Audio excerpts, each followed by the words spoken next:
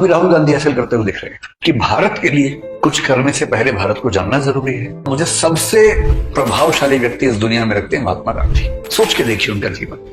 भगवान राम की जिंदगी देखेंगे, वनवास वाली कोई कहानी, तो वो भी आपको ऐसा नजर आएगा। और महात्मा गांधी के साथ भी देखिए 1915 के आसपास वो व्यक्ति सफल होकर, ब्रिटेन से पढ़ा हुआ है, बैरिस्टर है, साउथ अफ्रीका में एक मूवमेंट किया, वहां सफल हो गए। अब तो पढ़ चुके अपने भारत में आ गए। वहां सफलता का स्वाद भी उनको लगा हुआ है। उनको भरोसा है कि यहाँ कुछ हो जाएगा। उम्र उनकी उस वक्त 45 साल के आसपास है, यानी व्यक्ति मैच्योर भी है। ऐसा नहीं कि वो बचपना कर रहा है, एक मैच्योर एज में भारत पहुंचे। और उनका तरीका बड़ा ठीक है, जो भी राहुल गांधी हासिल करते हुए दिख रहे हैं कि भारत के लिए कुछ करने से पहले भारत को जानना जरूरी है। तो पूरे भारत को पहले समझा उन्होंने, यात्राएं की, देखा, फिर 2-3 छोटे छोटे मूवमेंट्स किए, चंपारण वगैरह किया, एक जिसको बोले नेट प्रैक्टिस भी कर ली कि अब मैं इस समाज के मिजाज को समझ पा रहा हूँ, अब कुछ बड़ा करेंगे। और वहां से खिलाफत को अगर न भी केंद्र में रखें, असहयोग आंदोलन हम कह सकते हैं कि बड़ा एक उनका प्रयास है। और उनके मन में ऐसा महसूस उनको हो गया है कि बहुत मुश्किल नहीं है। और उनके मन में है कि अगर ठीक से असहयोग कर दिया तो 1-8 साल होते होते शायद चीजें पलट जाएंगी। जो व्यक्ति 1918-19 में इस भाव में है, उसने एक आंदोलन किया बड़ा। उस आंदोलन में कुछ चीजें ऐसी हो गई, जो एक हत्याकांड में बोलते हैं, चोरी चोरा वाला, वो हुआ। आंदोलन वापस लिया, जनता का मिजाज नहीं समझ में आ रहा होता, लोग गुस्सा हो जाते हैं, बार-बार अहिंसा छूटती है।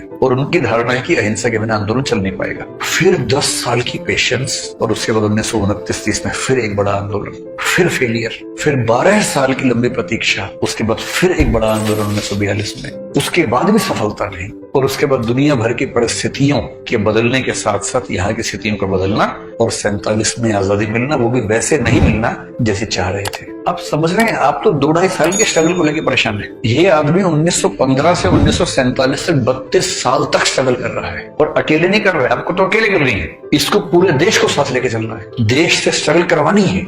कितनी बार जब हारते होंगे, एक आंदोलन फेल होता होगा, कितनी गालियां पड़ती होंगी, अपने ऊपर सवाल खड़े होते होंगे मन में कि हो पाएगा नहीं हो पाएगा। मेरे ख्याल से जो चीज इनको सबसे बड़ा बनाती है वो है परसिवियरेंस। और इसका सरल मतलब क्या है? उद्देश्य आज नहीं मिलेगा, कल मिलेगा, कल नहीं मिलेगा, परसों मिलेगा। जितना भी समय लगे, जितनी भी ऊर्जा लगे, जितनी भी थकान हो, जितनी बार हारना पड़े बीच में, जितनी बार गिरूंगा फिर उठ खड़ा होऊंगा, और अपने पूरे मजबूत इरादे के साथ उस तरफ बढ़ता रहूंगा। और अंत में क्यों सफल नहीं होऊंगा भाई, क्यों नहीं होऊंगा सफल, ये तेवर चाहिए। और आपसे